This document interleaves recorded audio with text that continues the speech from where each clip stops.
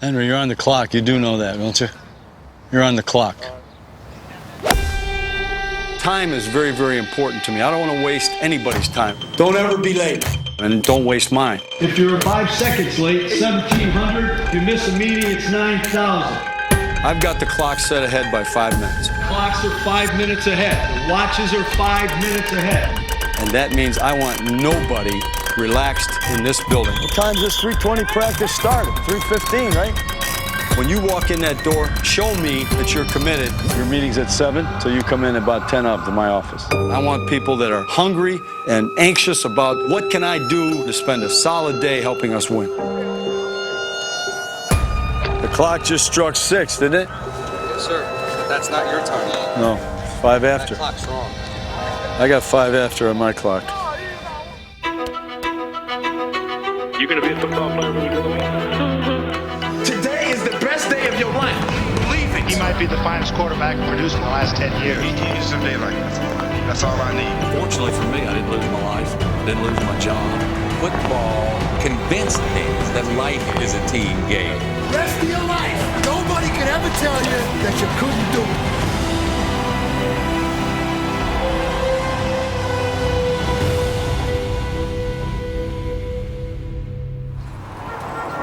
They wanted me to throw out the first pitch. I said, fine. The family goes to the dugout. Kids wanted autographs. My grandson Dylan is very competitive, and he's looking to get these autographs. Dylan, did you get CC? Stand up and maybe you can't. So I'm talking to Brian Cashman. I turn around. Here's my 2 grandsons, Dylan and Cooper, the brothers, rolling down the steps of the dugout in a scrap. There we go. And you know, it's the darndest thing. You punched him in the eye? Yeah. You hit him with the elbow or fist? Brian Cashman took Cooper into the training room to get an ice bag for his eye where he got walloped. And while he's in there, all the players came over and talked to him. Very cool. Yeah, that's right. Well, if Dylan's winning and Cooper's best man, he's going to say, remember that time you punched me in the face and Yankees got Yeah, I'm going to get you. I'll get you. Take a lickin' and keep on tickin'. To some, it's a slogan. To Tom Coughlin, it's a way of life, and has been since long before he was named the 16th head coach of the New York Football Giants. He believes, you know, this is the time you show up, this is the kind of clothes you wear, this is the way you look, this is your hygiene habits, you know. You stand this much closer to the urinal. I mean, he tells you everything you got to do. In Syracuse, he kept notes on everything. First person I ever saw in athletics that kept notes on everything. A few years later, after I left Tommy's presence, I met a guy that was just like that. His name was Coughlin. Let's go. Here we go. Second 11. Here we go. Well, I was the resident advisor in Sadler, and we had some football players on our floor. Tommy Coughlin was one of those guys. And of course, I'd known him even going back to high school. I played basketball against him in high school. Good basketball player. Really one of the quietest, most unassuming guys I've ever known. He was that kind of football player, that kind of a student, rock solid. Tommy also had another real strong foundation, and her name is Judy. We had 2 small children, and he was coaching at RIT where he lined the field. I made the refreshments for the team after the game, and it really was a learning experience. This is a playbook that was given out by Coach Coughlin. All the rules, Anyone can be mediocre. regulations. We want to provide ourselves with the winning edge. Every minute you knew where you're going to be. Why be second best? And if you were late, boy, you would pay for it. Please, no more excuses. He was only 6, 7 years older than we were. I didn't realize at the time because he was such a strong figure in our lives. This young man was our center. And in a practice, he broke his femur. I was in traction. They didn't know how to pin your thigh at the time, so it grew crooked. He ends up in Strong Memorial Hospital by himself on Thanksgiving. It shouldn't be that way. When he walked in, it was pretty shocking. When people are in need, sick or in need, that's when his emotions, his faith, his strength shows the most. And I love that. Growing up, Coughlin thought all he ever wanted to be was a coach, before realizing he wanted more. He wanted to coach at the highest level.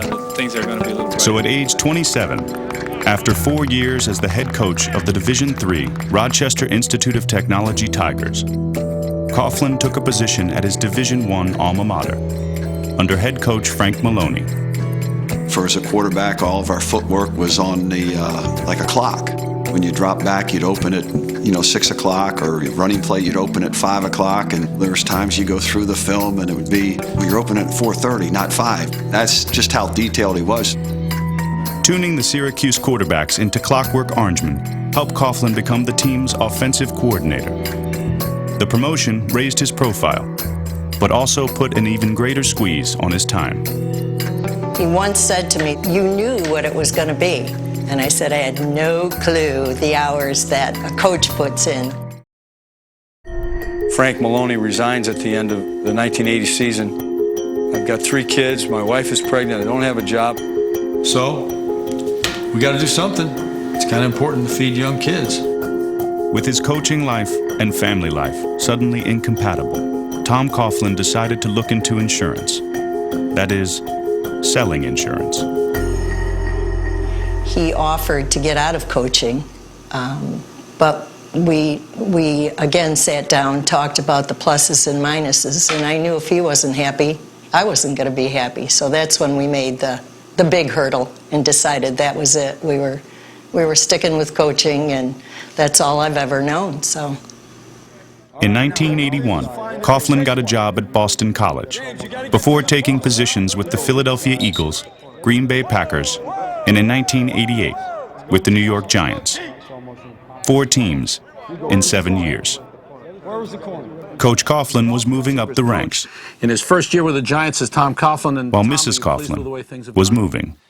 Moving still makes my stomach jump, just the word moving, and when someone says they're moving, because that was the hardest, and Tom was never a part of the move. We sent him ahead because he only created chaos every time. Our daughter Kelly moved twice in high school, once her senior year, and then also our son Brian moved his junior year. Those are the tough ones. If there was an event that he could go to, he was there, but a lot of times he couldn't. My mom did everything. She had 4 kids. She drove everyone everywhere they needed to be, was at every event. Practically 9-10 months out of the year, I was a single mother. Or, when he would get home and I was like out of groceries, he would be like, "I'll go get them," and I would be, I'll go get them. You stay right here with the 4 kids. Things were so different. There were no cell phones. Yeah. We call each other 3-4 times a day now, but back then, Bye. Thank you. unless it was big trouble or as I was on my way to the emergency room, I never bothered him. In 1990, the Giants reached Super Bowl 25, in which Coughlin's receivers made some of the biggest plays.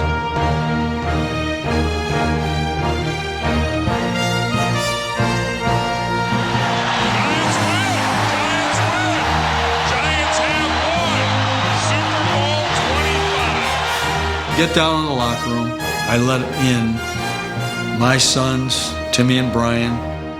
I looked at my sons and I said, all the moves, all the having to make new friends, all of those things that you've had to do because your dad does what I do. Do you think any of that is worth it? And they both looked at me and said, "Dad, it's worth it. It's worth it." Success kept the Coughlins crisscrossing the country. First, back to Boston College, where Tom became the head coach. Then, in 1994, to Jacksonville, Florida, where he was named head coach and chief of all football operations of the expansion Jaguars. Coughlin would now coach at the highest level, and he'd bring his hard-working, no-nonsense playbook with him. I don't believe in miracles. I don't believe in shortcuts. As President Bush said, you do your very best, you try your very hardest. Every once in a while I'd call him and I'd say, "Tom," I say, "smile. Let people know you're human." little things kind of drove him crazy. And I was like, why is this guy sweating this little stuff? Dave Thomas, put him in a pair of pants that go below his knees. Like he's wearing Bermuda shorts. There were a lot of rules, not just for the team and the players, but for the media covering the team as well. Make it quick. Yeah. We had the media box, as they called it, and the media had to stay in that box during practice. Can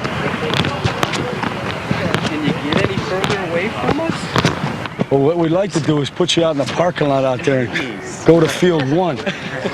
For me, it was hell. My mindset was I only want to play 3 years, and I'm done. Guys were wanting to quit during training camp. They gave it the title Camp Coughlin. It's not tough enough for you, huh? We're going to do something about that. We're going to make it a little tougher for you.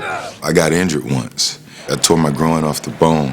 The initial rehab process for that type of injury is 3 months. And the media was like, where's Fred Taylor? I just thought he kind of threw me under the bus a little bit. He's questionable. He should be back, 2-3 weeks into growing. From that point forward, there was a tag that would follow me for a long time in my career, which was Fragile Fred. Not for years, until after he was no longer a Jaguar, would Fred Taylor understand Tom Coughlin's methods. Though it didn't take years for Coughlin's impact on the field to be clear. In the Jaguars' first 5 seasons, they made the playoffs 4 times. You keep fighting your butts off, and we are in the AFC Championship! Then, almost just as quickly, the mood in Jacksonville began to shift. In 1999, the Jaguars lost their second AFC championship in 4 seasons. That upset at home was just the start of a bumpy stretch in the Coughlin's road. We lost the game because of illegal procedure! Get your ass down! On the sidelines, they see a certain type. Yeah, that look wasn't exactly one of those pats on the rear end and, hey, we'll get him next time. But he really has a good sense of humor. Offense, defense, and special teams doing their job, each group playing in harmony for each other. Wouldn't it be nice if Congress operated the same way? He's pretty funny all the time. I mean, outside of the office. I mean, I think he's funny even when I go visit him at the office. No. N-O. I think he's learned that it's okay to show, I don't even want to say softer side, but the other side, probably since 9/11. Daughter Kelly called me and she said, Dad, you know what's going on? I said, no. What do you mean? She said, well, a plane is flown into World Trade Center 1. I said, what? And she goes, well, Tim's in Tower 2, right, Dad? I said, yeah, I know Tim's in Tower 2. Our son Brian was on the phone with Tim on and off. He would make a call and he would be okay, but it wouldn't be over and he wouldn't be out. They went to the 44th floor to have a meeting. They were told to go back up. Finally, he called me. He was on the first floor, and I said, Tim, get out of there. Get away from there as fast as you can. Get away. You guys, Tim, do you know Mike Lupica? Son Tim? I think we met. Son Brian? A couple times. Hey, Mike. And I say, I don't have any qualms saying, it's a miracle. But on the other hand, so vivid in your mind are the pictures of those who lost their lives and their loved ones. Do I grab my sons? Do I grab my kids? When I see them, do I show them how much I love them? I hope so. I tell them all the time. I kiss my sons. I could care less what somebody thinks. When you look back at your career, what's the darkest valley that you've been in? Oh, those definitely was 2001 and 2. In 2002, we lost 5 games by 10 points. That ate away at me pretty good. Touchdown! He got it! Unbelievable Hail Mary! When we were in Jacksonville, we saw things and felt things that we didn't share with him. And we should have. In hindsight, we should have, because he does not listen to the media. So he never saw it coming. We did, he didn't. My first thought was, this first training camp out of football is going to be a problem for him because I know how passionate he is about it. So I called him and invited him, and he came, and he spent a week with us. I traveled around. I went to probably 6 training camps. That really got me through, a tough time. I'm focusing on things that, I gotta paint my daughter's exterior doors. No. I sent them baskets, thank you baskets, yeah. Each and every team that took him. Hey, best to you. Huh? Thank you for being here. Thank you. Give my best to Judy. When I fell into the routine where I would be in my office and my wife would look in there like I was trespassing, I didn't have any place to go. But it was a blessing. It gave me a chance to be with our two grandchildren. Emma, who's our oldest, she was born August 13th. Dylan was born September 2nd. I would never have been around for any of that. Okay. It gave us a lot of good things, but it also showed me I want him around more, but I don't want him around full time. I just... There are people that sit in that combine right at the finish line of where the 40s are timed, studiously writing down every possible 20-yard increment and not talking to anybody. That year, when he wasn't coaching, I looked over there and there he was. And I said, Tom, you're over there with your notebook, writing down every time. You don't even have a team. I will. Well, I didn't know we were going to make a coaching change after the next season. 16th head coach of the New York Giants, Tom Coughlin. The year between being fired by the Jaguars and going to the Giants, I think was a really pivotal year probably for him, because I think it allowed him to step back and maybe evaluate his own situation, his own methods. There was a stamp put on me in '95, and nobody seems to be able to write any current articles. They would be foolish to think that I'm the same. Nobody stays the same. You adjust and you move on. Everyone in this room has something to prove. Everyone. Well, I was including myself. You have to prove that you're a winner. Change is inevitable. Wrap your arms around it. It's coming. Could I go into this kind of a circumstance and do that? It's not about us versus you. It's about getting to we. Could I bring all of these factions together? Those were the questions. When I first met Coach Coughlin, it wasn't a dislike, it was a hate. Hated him. And the first few years were horrible. We had a guy who just barked orders and fined you at the drop of a hat. You don't know what scout squad you're on? Just figure you're going to be light in your check. Neither the Giants nor their coach seemed thrilled with all their new job requirements. I almost forgot about having to do this, Pat. Coach, you know what we call that? Wistful thinking.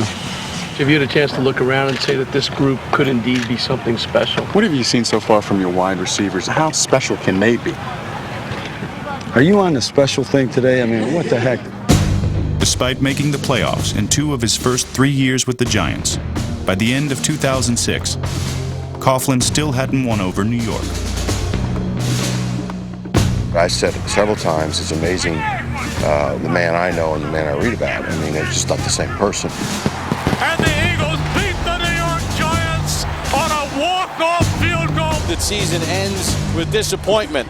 When we had that season and the media and the public was wanting him to go, we just felt it was important to say something. We had never done that before. I came home, Judy, Tim, and Kate are in the living room. I come in, they want to talk. Dad, do you know what they're saying about you? You know, the media really doesn't like you, Tom. They don't like you, and, you know, quite frankly, they don't have reason to like you, so. You know, I could be rude, I could pull some of the Parcells stuff, but I couldn't get away with it. I wasn't Parcells. It's unbelievable. You know, that's why sometimes I call you guys commies. That's why. They make light of it. There it is. Subversive from within. Well, they're not making light of it with me. I haven't had enough success for them to put up with this guy. You know, I think that I'm the one, you know, I would get so upset with the negative press, and because, you know, it was like nobody would take the time to get to know him. And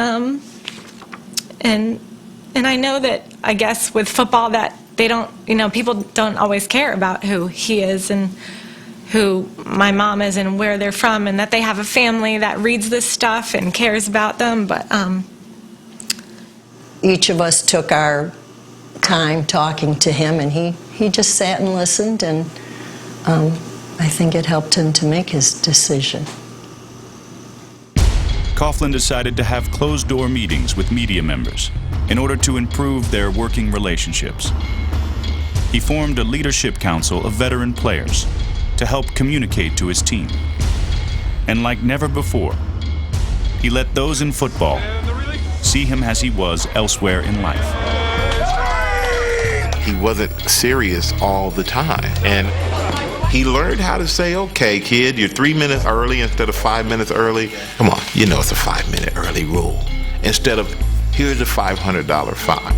I'm not going to fine you, but I could. I mean, I could get everything. You understand me? You can't. Oh, I appreciate you not doing that, Well, here's a coach who was possibly going to get fired, and he's relaxed enough to sit out and eat a greasy In-N-Out burger. Like we were at a barbecue, and families have barbecues, and that's what it felt like. We were a family. In 2007, the Giants clinched the 6th seed in the NFC playoffs in the second to last week of the regular season. The results of the season finale could not impact New York's playoff standing, so the Giants could give their starters the game off to rest. Instead, Tom Coughlin chose to play his regulars and try to win the game. In the process, New York became a footnote in the Patriots' historic 2007 regular season. I come in the next morning, there's a light on my phone. Yeah, Tom, this is John Madden calling on Sunday morning just to congratulate you and your team for a great effort last night. Not good, but great. I think it's one of the best things that has happened to the NFL in the last 10 years, and I don't know if they all know it, but, they should be very grateful to you and your team. And we were getting too much of that.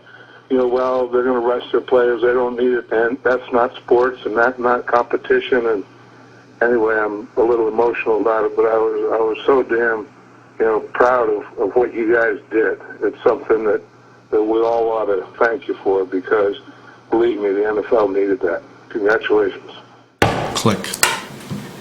I played it for my team. Because when John Madden calls you, it brings it right to mind again, and that's really what football is. It's sport. And what is sport all about? We're trying to win. That's what this league is about, is competitive greatness. And always putting your best foot forward. Snap is good. Kick on its way. End over end. Does it have the distance? It is good. Lawrence Tynes has kicked the Giants to the Super Bowl. The grin on Tom Coughlin's frostbitten face stayed frozen there long after he was out of the cold. In fact, throughout the lead up to the Super Bowl, Yes, sir. the man's good humor never melted. Is there anything that irritates you about the coverage you get from the press? Could you voice the word fun? Just say fun. There you go. How's that, Jerry? As we spoke to our team the night before 42, what we wanted them to understand was, when you play this game, remember, when you win, it's not just you. It's your whole family feels it. Your whole family, whether it's your dad, your mom, your brothers, your sisters, everybody, your wife, they're all world champions. And I remember going to the back door and opening the door and letting my boys into the locker room. And it says, goosebumps on top of my goosebumps now. And that was in 1990. That's what I want for you. Because you won't understand it until it happens. And when it happens, you'll get it. Don't let it go by without getting it. Coughlin stressed family to his players, then showed his own family he was free from stress the next morning. I'm up early, checking through some notes. Next thing you know, one of them's crawling up on my lap. That's probably one of my most favorite memories. It's the morning of the biggest game in his life, and his grandkids are literally doodling on his plays for the day. I mean, I can't tell you the number of New Year's Eves that I sat alone in a hotel room because he was working on the next days, and I would have never let our kids into the room, but this was different, and Tom couldn't help but show his love for them, so it just was a calming factor. It was such a gift. Hi, Tom. Congratulations. How you doing? How was that frostbite? Oh, that was pretty cold, wasn't it? At least they're talking about my face this year. Last year was my ass. They had to come back late in the game against, quite frankly, a team that may really actually have been better. Now, there are some things that happen in the game that the ball does take funny bounces. Gonna be sacked. No, he got out of it. Now he fires downfield, and it is hot. But it doesn't just come down to luck. You win close games because you're prepared to do it. I said, I've gone from a guy who wouldn't play for him for 1 year to a guy who wouldn't play for anybody else if I had to go back and play football. He wants to win. That's his bottom line, is winning. And he's had to change his method to get there. And I'm glad he changed it, that we were able to get to the mountaintop with him. Oh, we're number one. We're number one. Put one finger up. Emma and Dylan both, after the game, did a snow angel. For once, you could just kind of breathe and say, if football ended the following day, he reached his goal. At the end of the day, that's really all you could wish for.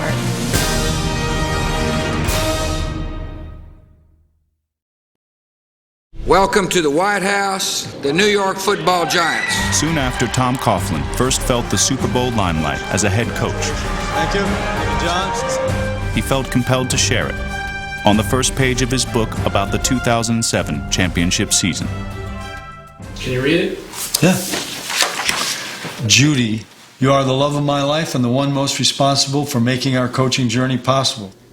Throughout our more than 40 years together, you have allowed me to focus on my profession while you took care of everything else. You raised our 4 children.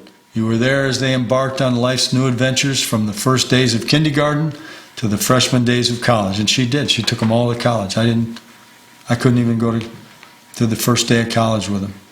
You were the one who found us a new house, a new home, on many occasions. You instantly became a hit in the neighborhoods with your warm sense of humor and nurturing personality. When we moved away, as we inevitably did, the neighbors wept for you while they barely even noticed you had a husband. You are a source of strength for me and for our family, and simply the best. Tom. See, I forgot. I forgot how sweet and sensitive he is.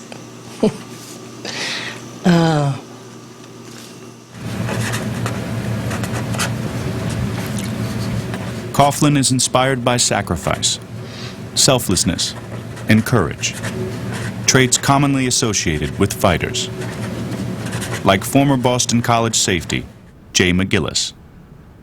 In 1992, McGillis died of leukemia.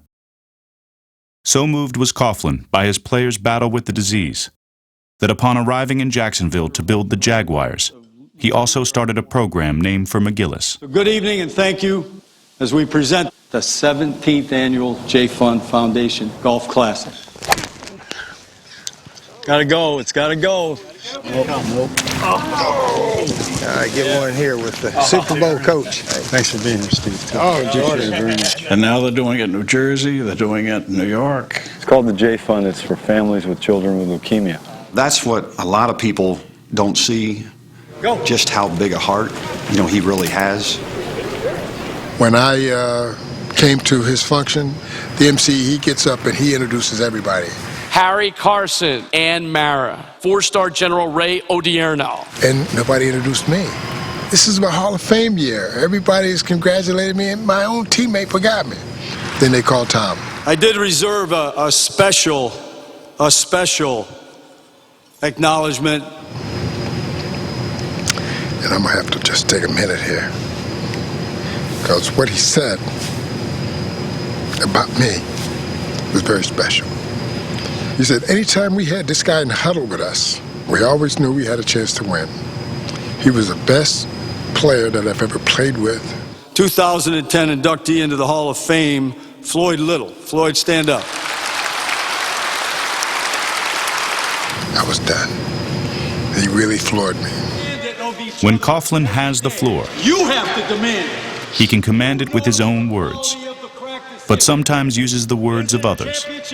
Whether you think you can or you think you can't, you'll be right.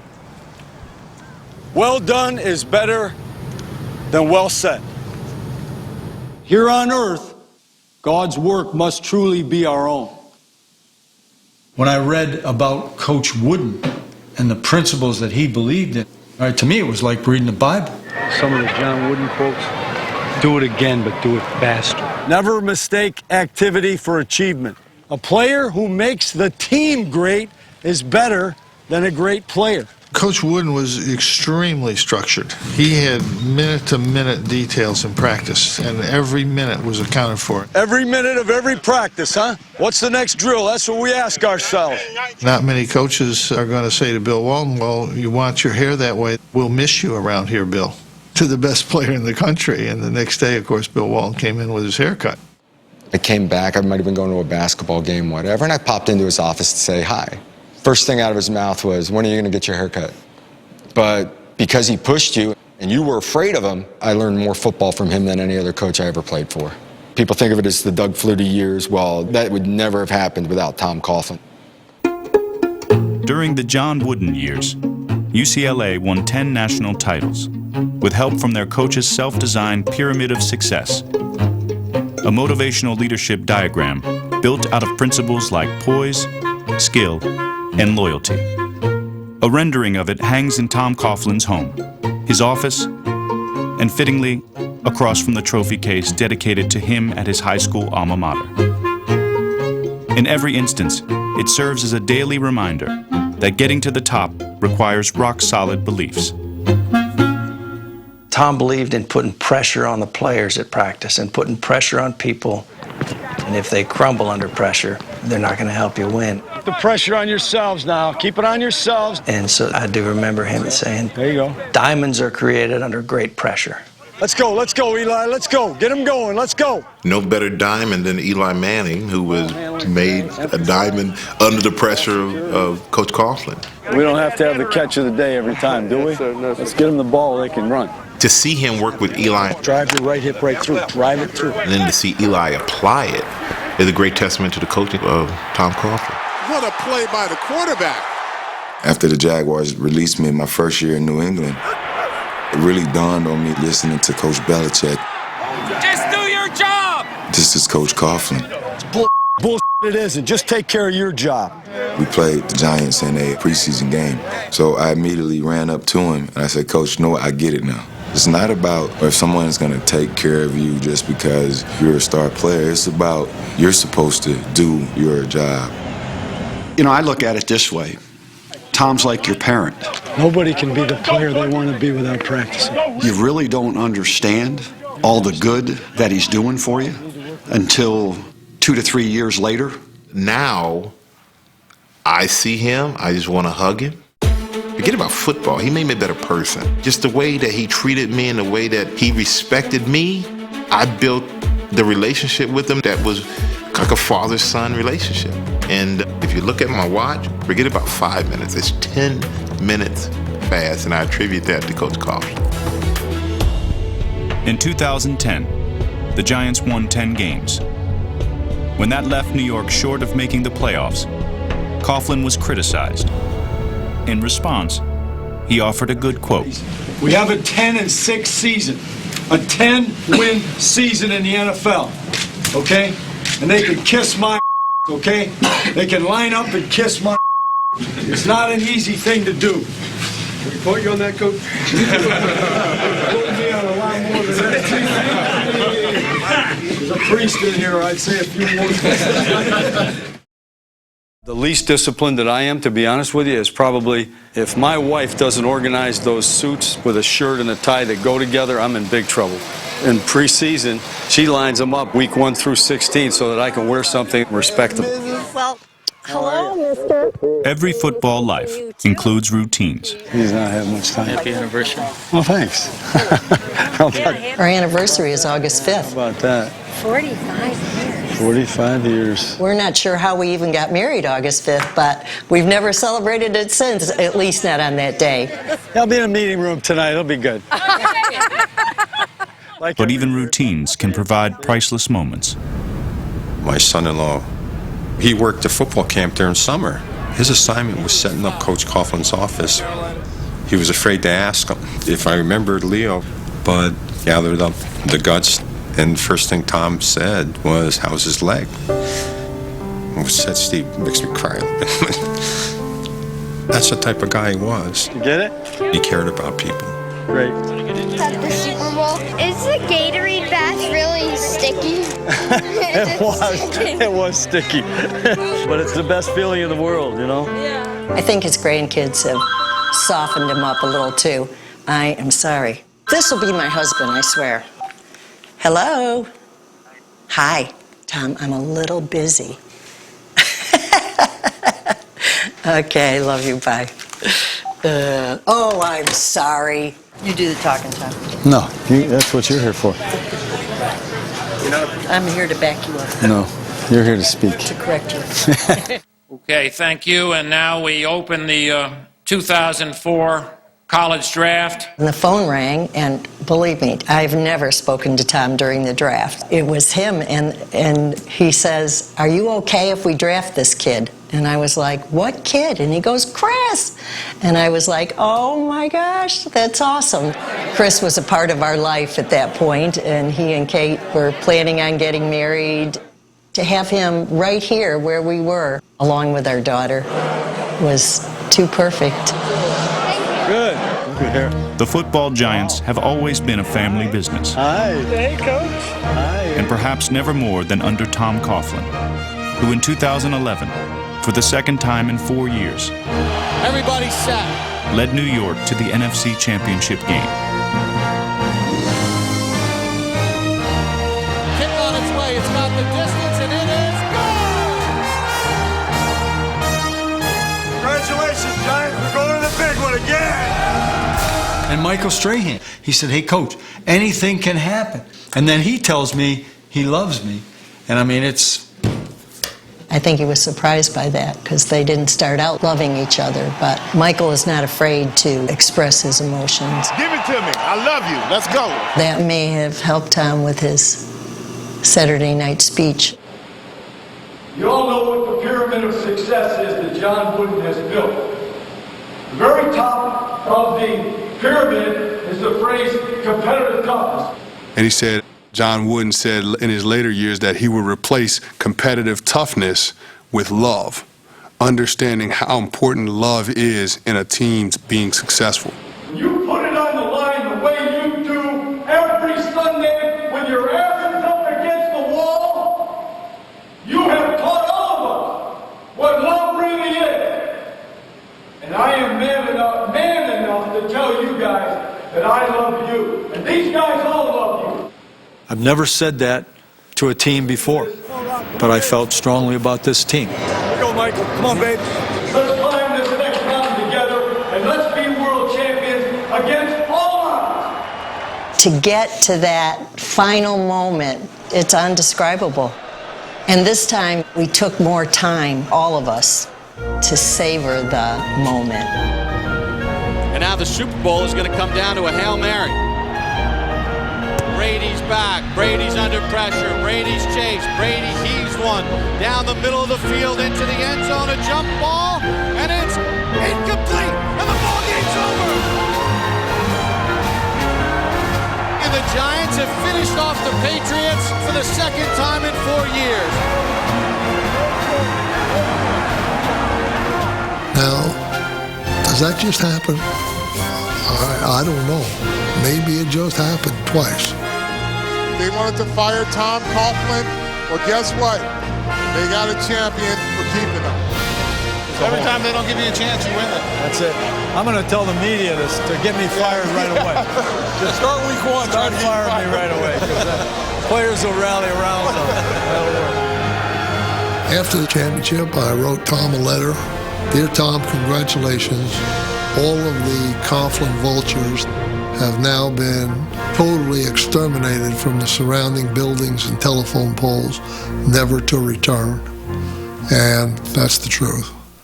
They're never coming back. He's got 2 championships in New York. When you win in New York, it's something special, and the people never forget you. Riders up! And they'll never forget him. When you think about the fabric of New York, this is part of it, isn't it? It definitely is. It's great to be a champion, isn't it? Wonderful to be a champion. Thanks, Coach. You're in. Come on. Look at that 9-horse go. There are few dull moments Tom Coughlin's hugging Flavor Flav. when you have 6 siblings, How are ya? 4 children, and Don't step on the line. 11 precious grandchildren. Walker. What happened? He tried to get out of the stroller to film. You did? Nice face. Oh, jeez. Football. You need to put some ice on that thing, kid. Yes, you do. But no matter who surrounds Tom Coughlin, one name always seems to be a cut above. Good luck to you, Coach. Tell Judy we said look. Thank God for Judy. If there were no Judy, there would be no Super Bowl. My grandkids. You have to love it too. If you don't love the game, I don't know where the connection would come from. It's a fun road, but there's nothing easy about it until you learn the ins and outs and have a good partner. For me, the right one was also the most beautiful girl I'd ever seen. We were young, and if you're this young, you certainly are going to experience all of life together, which is a wonderful thing. Look, Allie, look, Allie. She's a beautiful little girl. Yes, she is. She's number 11. Okay, on the count of 3, Simon says don't move. 1, 2. Full as they are of highs, lows, and lessons, the years have gone quickly. It's simply a fact of life. No one can beat the clock. Still, for great teams with strong plans, it is possible to pass the test of time. All season we preached to our players, keep your dreams alive. Understand to achieve anything requires faith, belief in yourself, vision, hard work, determination, and dedication, and that reigns true in football as in life.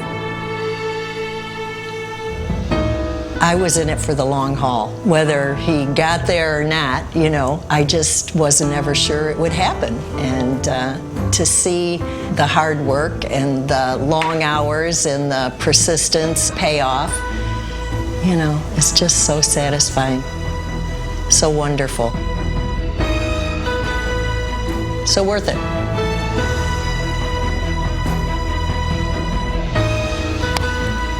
Here they come. Oh, my goodness. Oh, you guys are going full speed. Full speed.